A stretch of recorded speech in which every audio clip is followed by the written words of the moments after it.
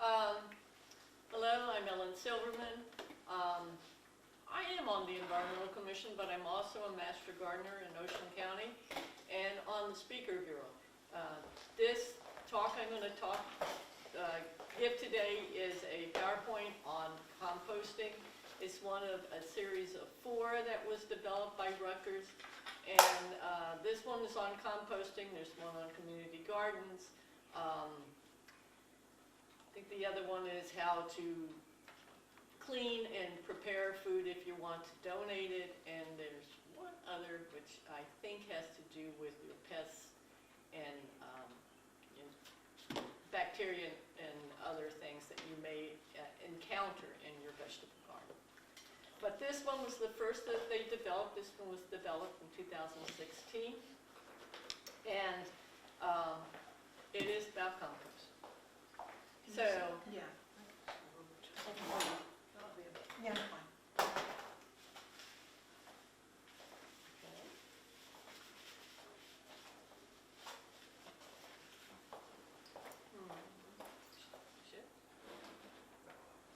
Okay.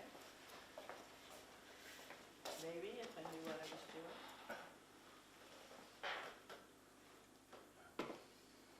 Maybe I'll put it on slideshow.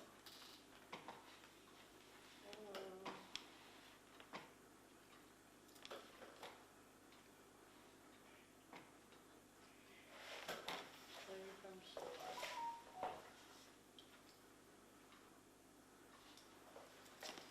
There we go.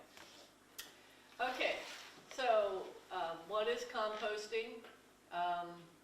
It's a natural process that we get from any organic material. It just rots. It decomposes. You really couldn't stop it from doing it, but there are ways to make you feel like you're more in control. So I'm making compost, which really means is you're watching things rot.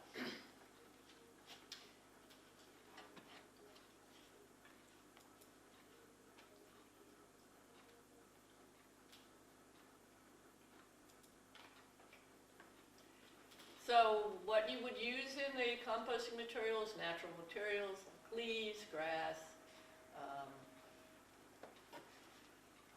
You can use kitchen scraps, and what are the things that help you? You have worms, the insect microorganisms, which includes bacteria and fungi. They're all involved in helping things decompose.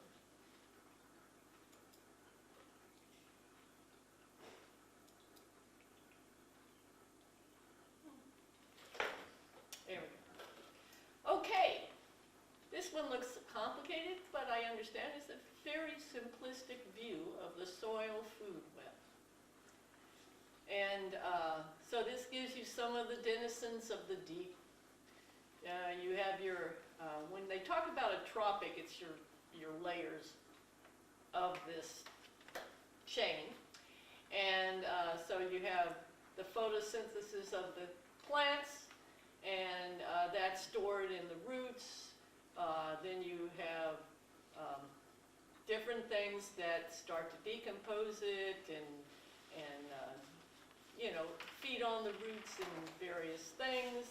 Your first step and your most multiple part of it is those little small fungi and bacteria. And then you get the nematodes, and then you go up from there where you start to have it, bigger products break down more by your things that shred them up. Then you have things that eat the particles, and then you have things that eat the animals that are shredding it up and eating the particles.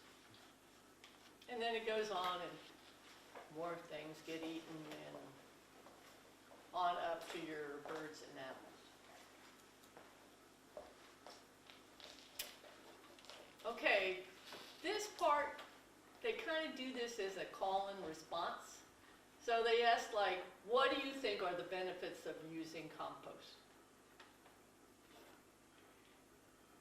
Why would we use compost? environment. And it's better Better- for whatever we're trying to grow with it afterward, I guess. Yeah, Yeah. Not going into, it's reducing waste. that's absolutely true. Not using chemicals. Okay, Yeah, that's true, okay. By using it, you're adding a product that improves your soil structure. When an organic matter is added to the soil, like I know, Casey, we were talking about how you have primarily clay, and that's really dense. It doesn't have like those chunky particles like organic waste that would break that up just a little bit to give a space there, and it just starts to have, you know, a breakdown of that structure of the clay. And when it does that, it increases the aeration in the soil. What a plant needs when it's growing for its roots is it needs moisture. It needs a structure to hold up the plant, but it needs air also. And like with like a clay, it's tensely packed in there. It's very hard for it to get that air that it needs for those roots. So that helps with that. And in the reverse, if you have a sandy soil, you have those big chunks, and it's like a crystalline product that can absorb the water. It's just a structure that lets it percolate. And when it hits the organic material tends to absorb water and release it slowly. And so that keeps the soil, you know, the water from going completely through it. And all that helps with a healthy root development. It increases the water drainage in your thing, but it also holds capacity in the sand, and it's full of all of those animals in the soil web that we were just talking about that really increase the interconnection. The roots require all those things to communicate with each other, and it absorbs nutrients from it, so it's have that biological part in there really helps.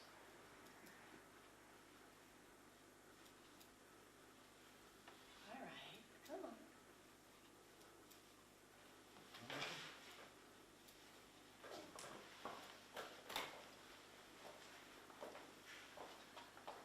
It might be better on the table.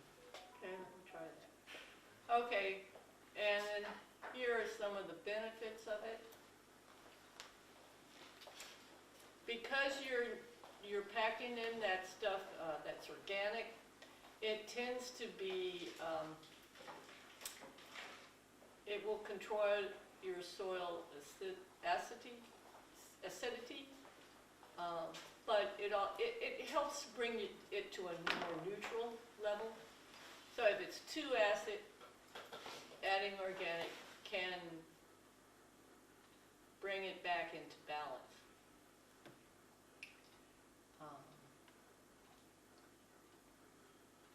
You know, when they talk about sustainable gardening and landscape, you're not going out getting resources that then kind of just disappear.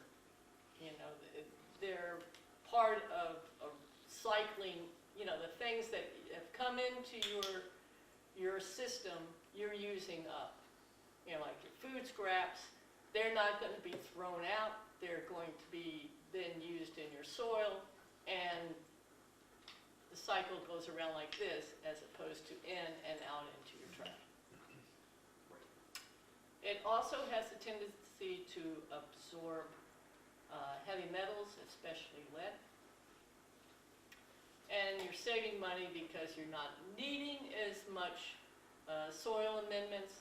You're also not growing out as much, so if you were going to be pay as you throw for your garbage, you'd be saving on that, and you're reducing the garbage in the landfill.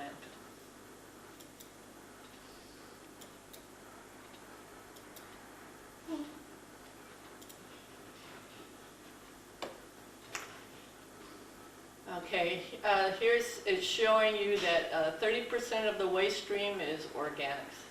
And of those 34%, 13.5 is yard waste and 14.6 is food. Now, there are some foods that you don't want to put in your compost, but a lot of that can be used in your compost.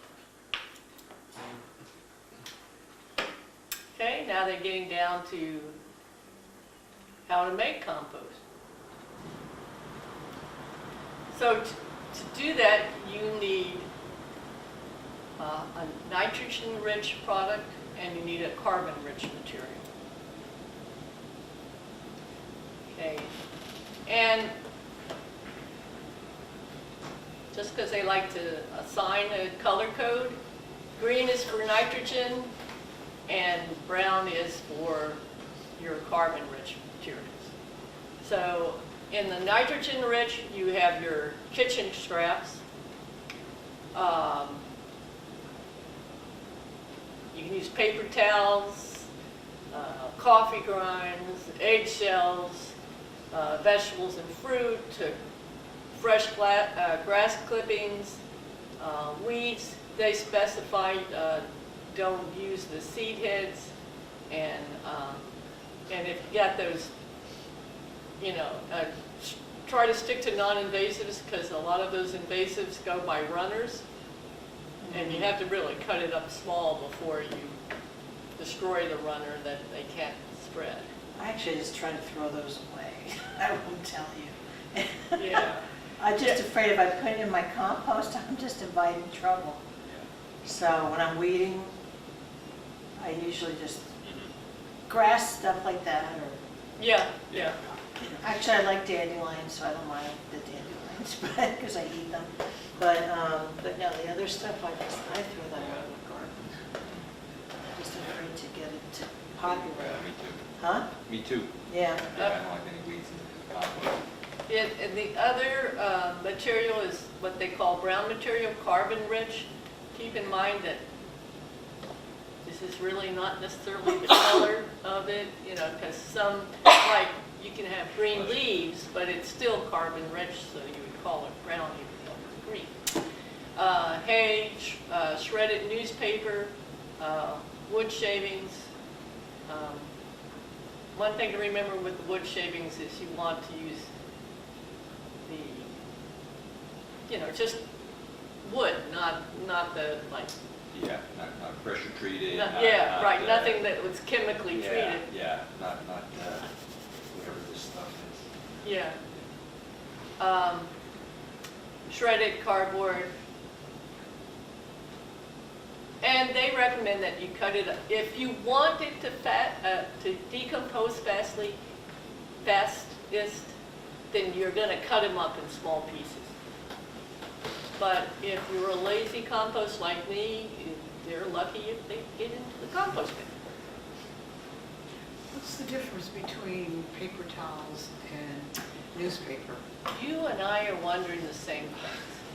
I'm thinking there really isn't, except for maybe the reason why they have that is, they're just listing kitchen scraps. But to me, that is a brown material. It's the same as the other paper materials that are in the other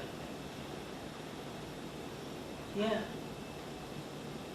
I don't know why they put paper towels on them.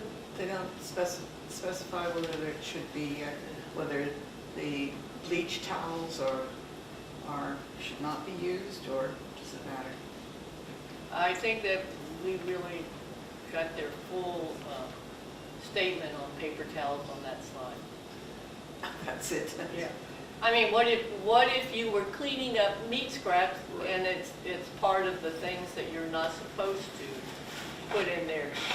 Then then, I mean, common sense tells me you can't put that in there. But, okay. And, you know, I know some of these people who made this. I can call them up. I said, you remember that PowerPoint you made back in 2016? I want to know what you're talking about with the paper house. Ellen, give it a rest.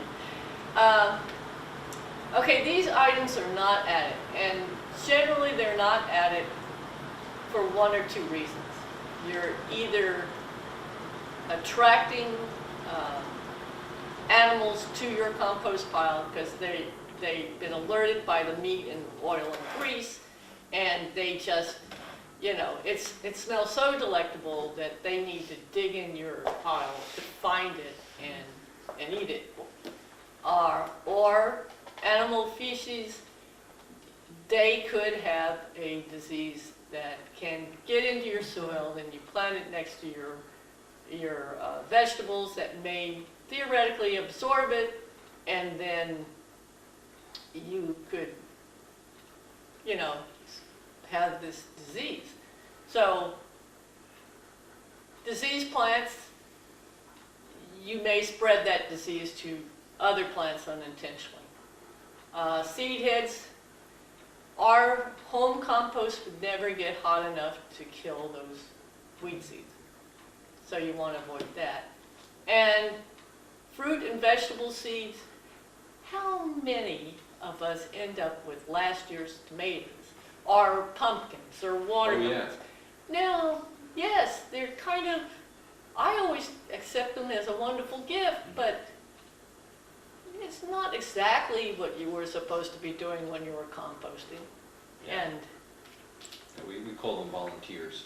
yes, We get them. We have a zucchini growing in the raised bed, which there's no room for a zucchini where this thing is growing. So it's coming out of your compost. Yeah. The compost that we put. Somehow a seed was in the that we spread compost. in the garden. Because we didn't plant a zucchini there. well, I ended up with a wonderful little watermelon that ran rampant through the Well, perennial bed. This thing's growing better than anything else in the garden. I swear, there's a leaf out there which is like this. Wow. Well, Of course, it's like I shading said, all the other this stuff that's is grow. in the world where you want more control than apparently you and I want. We just want miracles to happen. We just all. need more than a half an acre. That's, you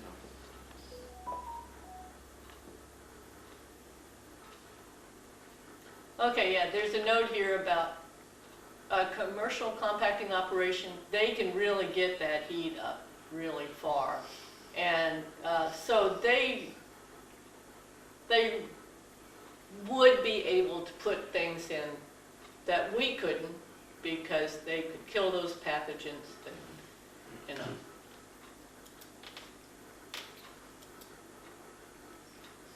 Okay, there are many different composting techniques, but generally, the really lazy way, you add material to the pile, you set the compost where it will get rain sometimes, and 12 to 18 months process, then you go out there and you get your compost and spread it where you want it.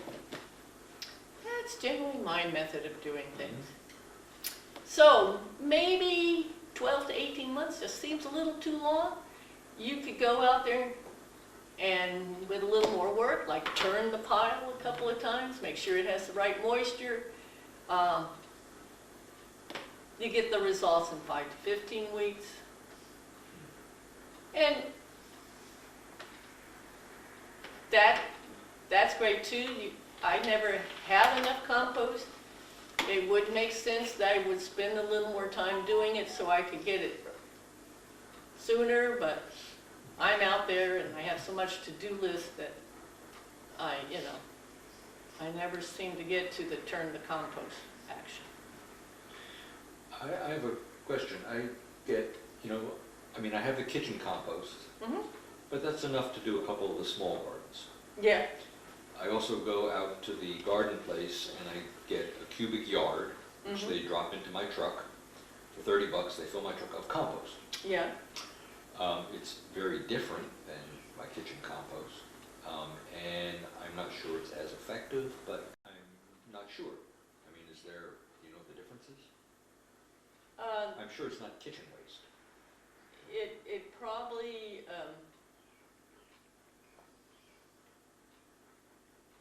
if you got it from Lawrence, I could tell you it's probably leaf mold, and, you know, he turns it over, he may have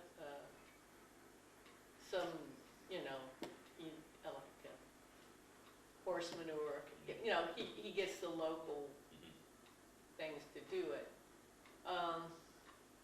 If it's like Timothy's, Yeah. they probably get it commercially, and it could be, you know, shredded wood. It could be made from different things, but it's probably, like you said, not kitchen waste. They probably use, like they have one nitrogen and one carbon that they mix together. It's not going to have all those different things that you would normally have in a kitchen compost, because you bring in all this different stuff, and when a commercial group, they usually are using, like, they got all the leaves from the streets, and, you know, if it, so, yeah, it's different. I like to think ours is better because it's Oh, it more is. complicated, but, you know. It is better, it's noticeably better. I just don't have enough of it. Yes. No, I don't think you can ever have enough. Okay, so where do you put this pile? In the summer, you definitely want it out of direct sunlight, because you don't want the pile to dry out. You want it to be kind of like moist, like a sponge. And high winds you don't want, because again, it's going to dry out that pile. Of course, you don't want the pile too wet. You just want it just right. Okay. You want it out of the way from the lawn and garden activities, but you want it close to the kitchen door. I sometimes think it's going to be hard to get it just right for everything, but so you want it close to a water source, because you might need to give it water, but you don't want it standing in poor drainage, and you want it away from a wooden building or trees, because sometimes those things that are composting get a little carried away with the party and might go over there and take on the rest of the thing. So, if you want your compost quicker, you do want to mix that water and air. They're saying once a week. I laugh at that. How about once a month? That would probably be appropriate. But you want, you know, the bacteria that's going to do the breaking down of it, they need that oxygen to thrive. And if, now a compost bin will start to heat up when it's doing that, and you can have a change in the population of these, you know, bacteria and stuff just by the change in temperature. And if you get into where you don't have enough oxygen, you get a whole another set of bacteria in there that are just killing and smell bad and don't really do what you want with your compost. So, how much green and how much brown? Okay. So the ideal ratio for carbon to nitrogen in a compost pile is 30 carbon to 1 nitrogen. And then they go through a whole thing about how you can determine that. But people who spend a lot of time mathematically trying to figure this out. So my theory is, okay, I have this much hay, or this much leaves, I'm gonna throw those in, and I'm gonna put in a half a bucket of scraps.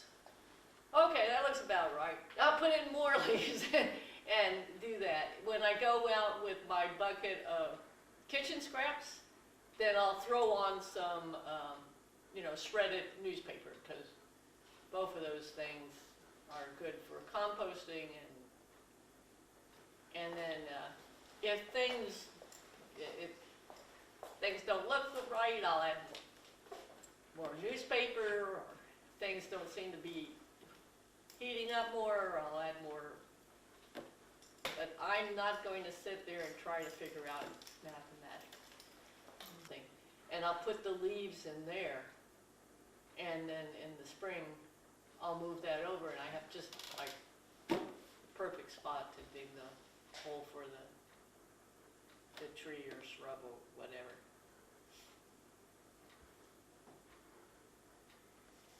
Okay. And this shows all those fancy little compost bin things.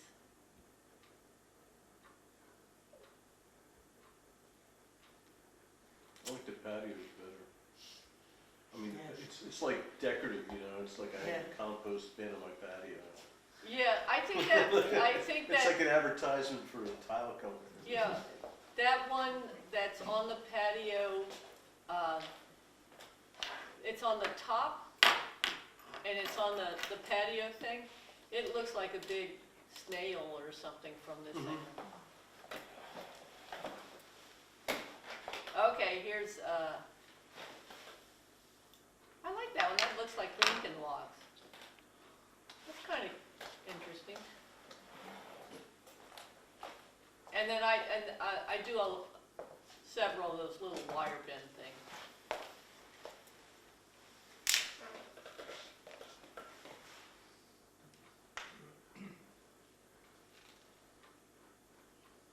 See, the thing I don't like about those are too confining. If you make a pile, you can go in 360 degrees and scoop off any side you want. Yeah. And the turning. When you're into that, you're only going in one direction. And then if you have a second pile, like you have for so many years, and you want to flip it and mix it, you just shovel it over. Right. For them, you have to dig and come out. That's a lot of work. Yeah, I think it's for people who have a more orderly gardening technique than I do too. Okay, all right, so you have trouble with your compost.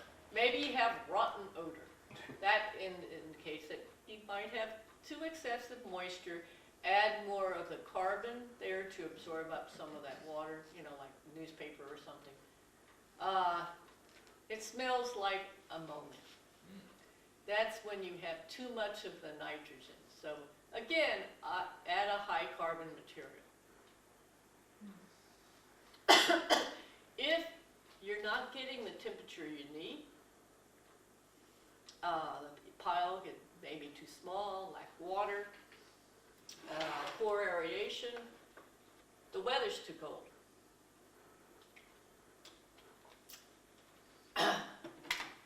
Then,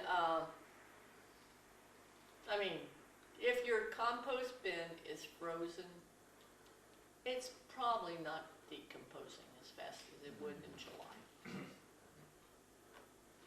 So you can either make the pile bigger, add water, turn the pile, add straw to the outer layer. I guess that would be to insulate it. Well, say your temperature is too high, you're running too high. You can reduce the size of your pile. You can turn it to relieve that pressure. Say you come out there and raccoons are having a party in your compost. Somebody added meat or fatty foods. And they're attracted to that. Apparently, most pests don't, you know, they never listen to the moths when they said eat your vegetables. They're really in there for the fat and the meat.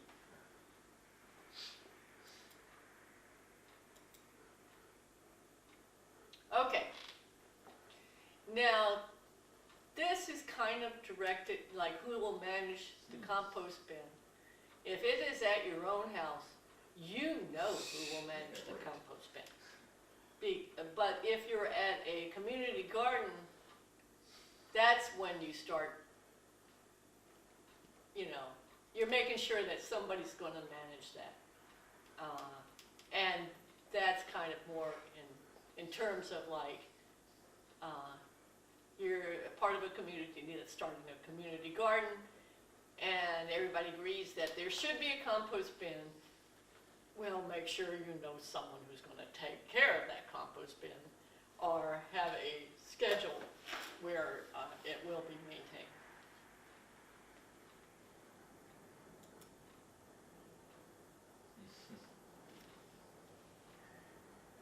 Okay.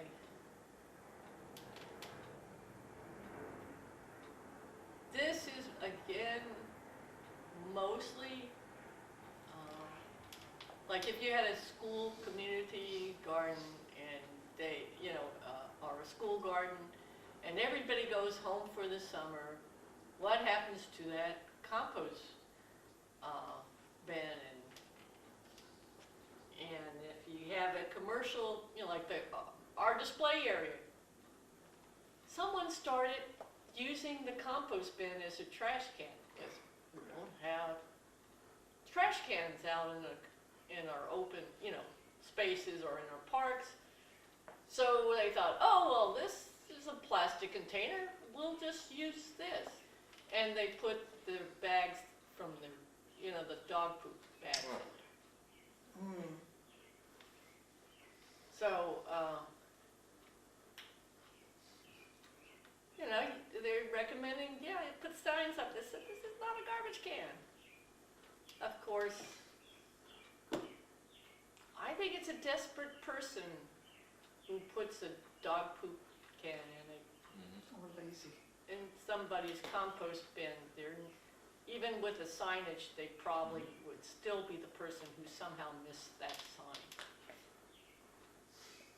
I do say the smaller the bits that you put in the compost, the quicker they will decompose, but they're gonna rot.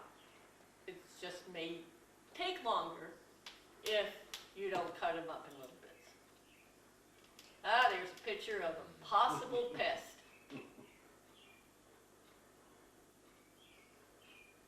And if you have rats, they're recommending a concrete pad or paved area. Happy to say I don't think we have rats. Yeah. Although I might have every other small mammal.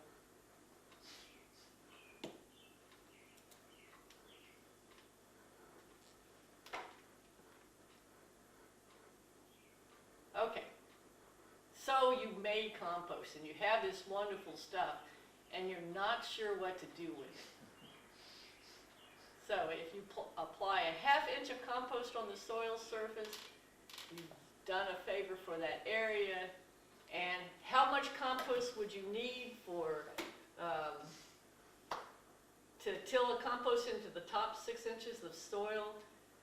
3 to 5 cubic feet of compost would provide a ½ inch layer of organic material over 100 square feet, which really 100 square feet, which would be a 10 by 10. Yeah. It's not, So you don't need nearly that much.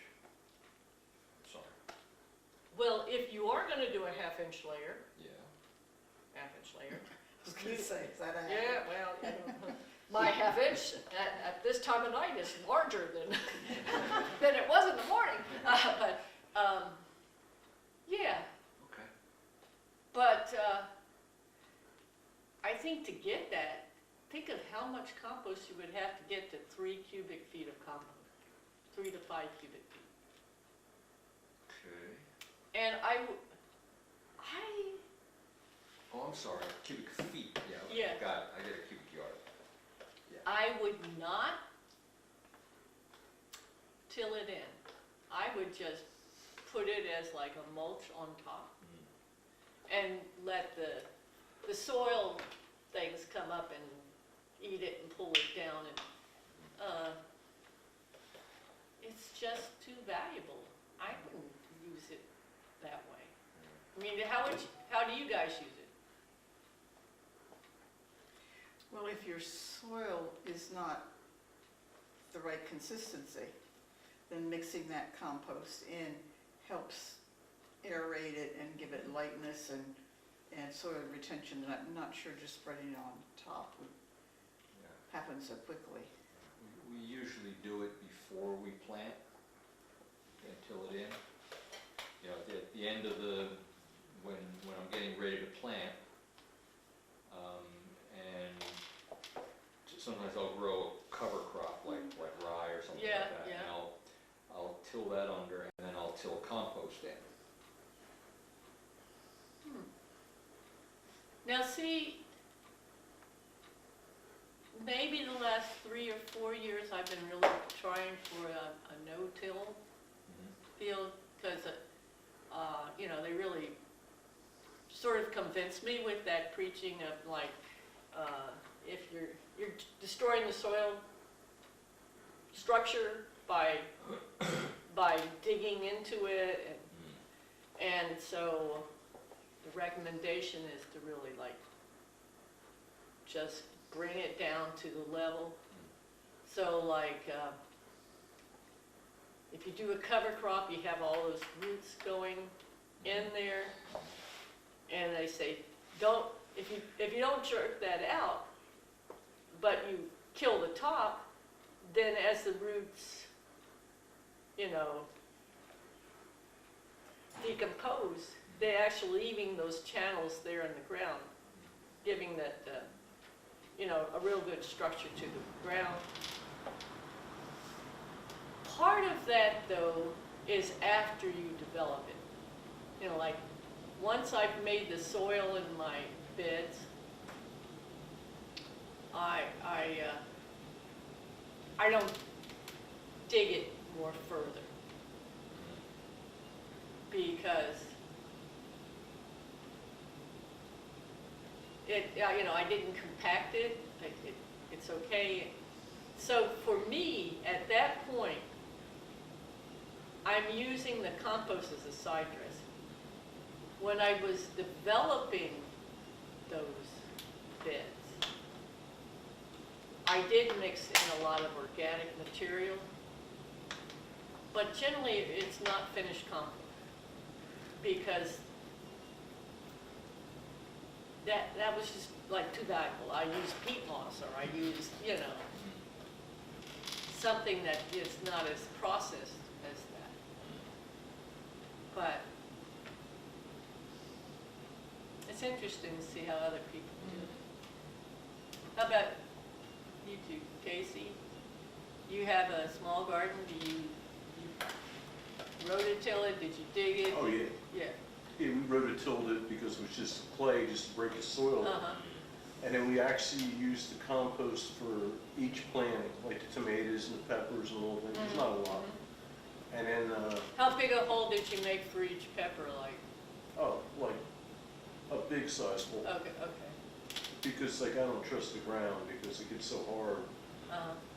Like I say, like today if you go in the backyard, it's like brick. Where there's no grass. But where the grass is, it's fine. It's the strangest stuff I've ever done. Well, the grass is putting the roots in there, and they've made channels to Yeah, and get it through. holds some moisture. Yeah. I mean, it grows like crazy in the back. It's unreal. How about you? How do you use your compost? Well, I belong to the Monroe Community Garden that's by the church off of, I'm trying to see what's the name of that church. So I brought some of my compost up there to Yeah. blend it in. But I put some just into my pots, like, I've got plants. Uh-huh, uh-huh. And some just, and I use some just for the plants that I have at my house. I haven't been particularly focused on the best use of it, but just, you know, again, some of it is, I've been there long enough, I've just kept that pile, I was pulling it from the bottom. Yes, yeah, It's decent enough. So my whole point is I'd like to do more of it. And Yeah. I want to, actually what I want to do is, because honestly, I don't really get there that often with my work schedule, I want to set up a garden in my backyard. So I don't have a garden in my backyard. And use my compost and figure out the best spot to set that up in my yard. At this point, looking at next year. okay. This is a good composting video, but I recommend that you just Google Rutgers Cove Extension of Middlesex County, and they're going to show you this composting video. Okay, summary, you get nitrogen, carbon, oxygen, water, and you have success. And here's some people at an early age learning how to compost. And I think I asked a lot of questions. Do you guys have any questions?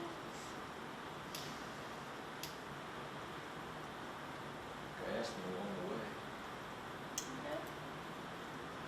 Okay, and these are the other talks that are in that series. That keeping pests out of the garden and insect and disease management is an excellent one.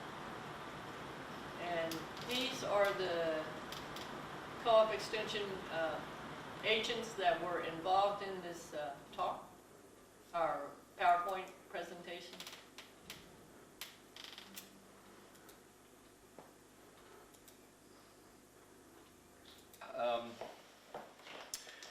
This is a sifting screen, or several sifting screens. I actually have not used them for compost. I use them for wood ash, because I generate a whole ton of wood ash in the winter. We heat with wood, and I create a lot of wood ash, and I sift it because you can do things with the ash, such as put it on your garden, but you can only use but so much on a garden. You can also use it to make lye, with which you can make soap, but that's a whole different dessert discussion. And I sift it because I get charcoal out of it. And one of my wood stoves, for some reason, produces charcoal. You know, it's I don't know why. It's not even technically an airtight stove, but I tend to get charcoal out of it. So, and that's good for, you can filter water. You can use it for barbecuing. You can use it for blacksmithing. I do all those things, but those are for a different dessert discussion. So you can use these screens to sift compost and get it nice and, you know, if I should sift my compost, because then I would keep out the eggshells and things like that that are just, you know, things in avocado pits that are laying in my garden. So a real quick, now I downloaded one instruction sheet, which had me build something like this. This is like for, I don't know, Captain America or the Hulk. I mean, if you can, this is just too big. It's, you know, you would, and the way they had, but I brought it here for a reason. You can see, I mean, you can imagine this filled with dirt and trying to, you know, with some weight on it.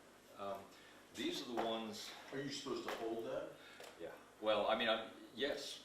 Oh. You know, you can. When I use my compost screen, it fits over my wheelbarrow. Yeah, that's what I was gonna say. Okay. Yeah. Okay. I do And it. then how do you get it to sift through? I use it, you know, it's fitting on top of my wheelbarrow, and I put a scoop of soil in there, and then I take a trowel or even a shovel, and I Okay. stir You it could back. use a broom too. I do it over. Very coarse broom. I do it over a trash can. You know, we have a trash Yeah. can just for that purpose. I do it by hand, which is probably why I use smaller screens.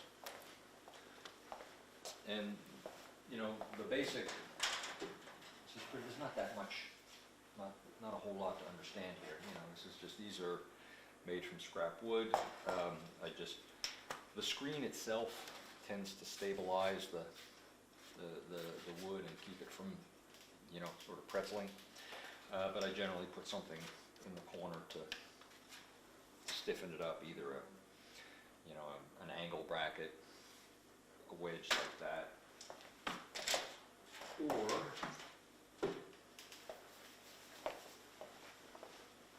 Or just a brace across here. So I cut a few pieces to size. I use the drill bit I use has a little chamfering piece to countersink for the screw. Here it comes. Now, David, that's the hardware cloth, and you use two different sizes, right? I do have two different sizes. Yeah. Depending what you're wanting to filter out, this is the half inch. Okay. And this is quarter inch. So I use both. I don't have a big rationale for. So after you sort it and the stuff that doesn't go through, you just throw that back in your compost or further? I do. Yeah.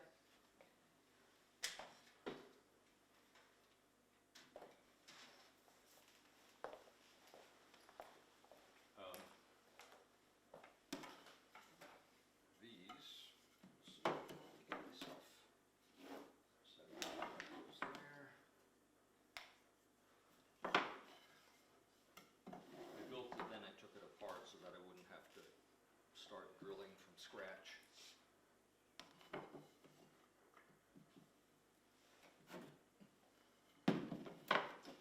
And it's very helpful if you have a few simple things like a clamp. Hold things together while you're just trying to drill these while you're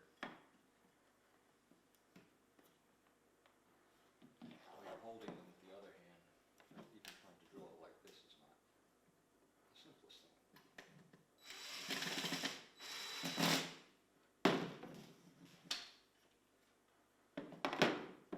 See, right now that's gonna turn, but when I'm done, it won't.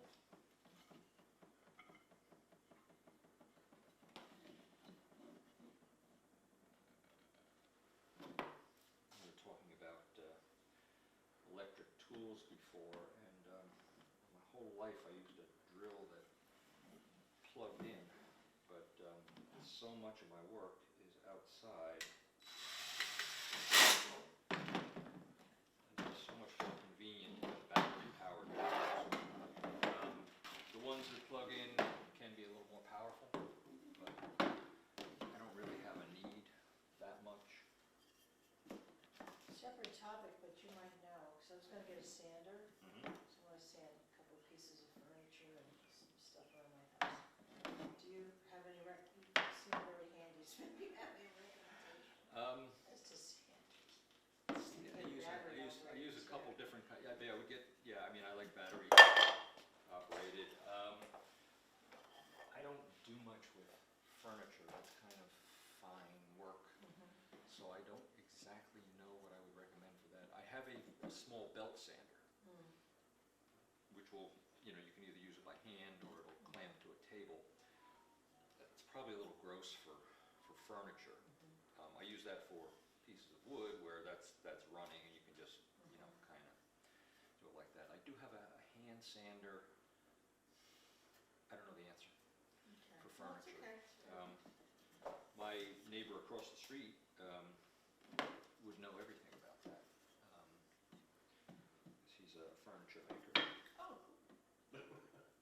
He's a nice guy to ask. Yeah. I built furniture once.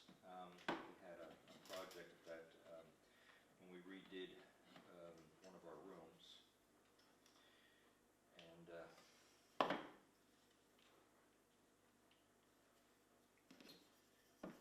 Anne designed a set of furniture. There's a place, some of these places online build pretty high quality stuff to your spec, and they send you the kit. And believe me, this was not like building IKEA. This was like real furniture they had to put together. That's my experience with furniture building, but I didn't really, it was pre-finished, the little So you're setup. giving me an idea. Yeah. I'm trying to find a narrow cabinet to put in my upstairs hallway. And it's, because our, these windows are small, in these little Yeah. houses of ours, and I want something narrow enough, but to go up and utilize this. I didn't think about that. You're gonna look for a There's, RTA, ready to assemble. yeah, ready to assemble, yeah. ready to send Yeah. furniture. Yeah, we did, And in the measurements? yeah, you design out, Yeah, I mean, some have sort of predetermined sizes. This company was called the cabinet joint, the cabinet joint. yes. It's, they say, that they have preset sizes, but your cabinet can be anywhere from 18 inches to 36 inches, say. And you can pick any of that you want. You can pick all the dimensions. Oh, wow, so it's basically anything. Yeah. It's basically, Yeah. Oh, that's Custom. neat. So it was it's pretty much custom. I mean, the stuff that Ann designed, we had corner pieces with, kind of trap doors that opened and, there's a lot you can do with it and, so. Oh, that's at a neat. fraction of. So they build it, finish it, and take it apart and ship it? I don't think they build it, They don't pre-assemble it. they don't They pre-assemble just build the it. pieces, Oh, okay. send it out. They, And they finish it? Yeah, it's finished. it's finished. Wow.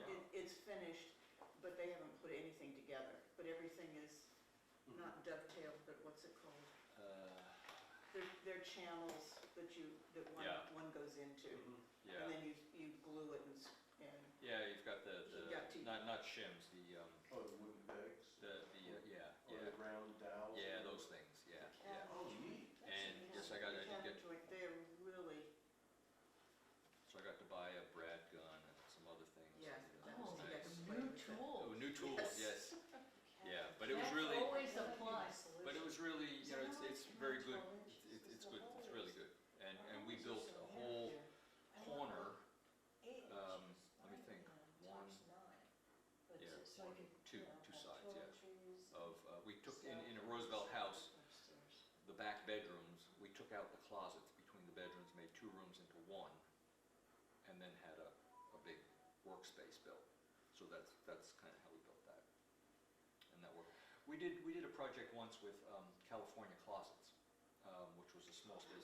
They were very expensive. It was Um, over $2,000 for a cabinet for the closet that was Yeah. this big. So came out nice, Yeah. Now, I spent more than $2,000 on this room, Well, yeah, but that's but a it room. was for, That was a room. Yeah. What was it, something like 14 by It was a lot of stuff. Yeah, 10 by 14 or bigger. bigger, desks, Yeah. essentially built-in desks. Come by in September for our garden tour, and we'll show you. Mr. Pekin. So this is the thing that I just built, and it's not, I just put one screw into each. You could, I suppose, engineer it so that you had 2 and it wouldn't roll, but you don't really need to do that. Hardware cloth comes in rolls, and you can get different sizes. And Hardwood cloth, that's what's. hardware cloth, yeah, that's what they call it. They don't And call it it- screen, Like, they call it hardware cloth. yeah, Why? I don't know. So then you would cut the size you need, and you need a metal snips, and wear gloves while you're doing this. I mean, the main function of hardware cloth is to tear up your skin. The secondary function is to actually, build screen. So it will hurt you. It's pretty easy to cut. I have a piece that I cut here, and once this is put together, I have to be careful not to scratch the table. We get in trouble here. And once that's stapled on, the screen itself is going to stabilize this quite a bit.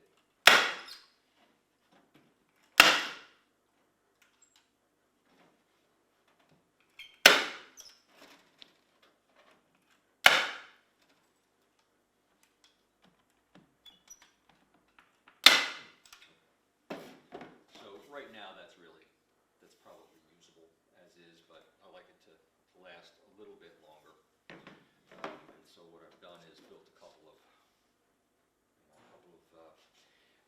here, which I also countersunk. But you also, what was the term? I'm sorry, countersunk. I drilled with the countersink bit so that when the screw goes in, the head will go all the way in without splitting it.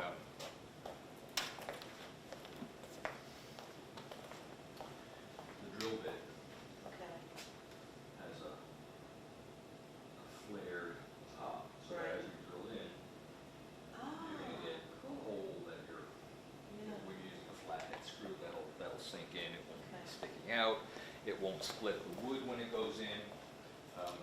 You should always pre-drill wood, always, before you screw it in, because otherwise, especially something this small, it's just going to break up.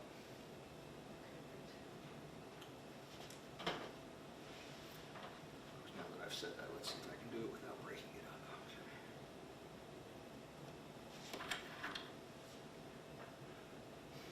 We only have 3 screws. Isn't that one over on your, Yes, thank you. I need it. oh, okay. Was it 10 Of foot? course.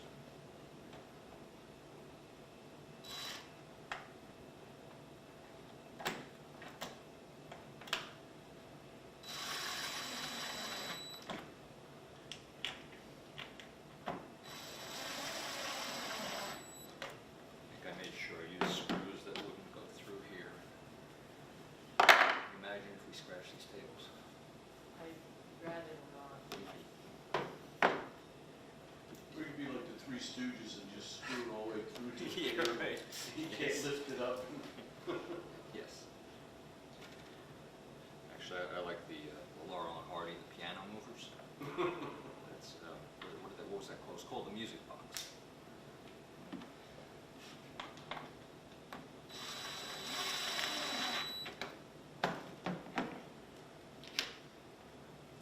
Okay. It's our fastest demo yet. I think you just get much better. Getting better, it's not Yeah, like it you is. just- So, that's the small version of the, we'll have my granddaughter, the 6-year-old, she can handle this. And with this, do you want to, is there any, I mean, to me, it's like intuitive, you put the compost on there. Now I go like this, but you said you use a broom? I'm saying, yeah, like, if you don't want to use a shovel, but you can have a bristle broom Yeah. and just kind of push it around and stuff like that, yeah. Okay. Tear up the screen. See, it's the best thing about teaching is you learn stuff. That's so, I learn things here.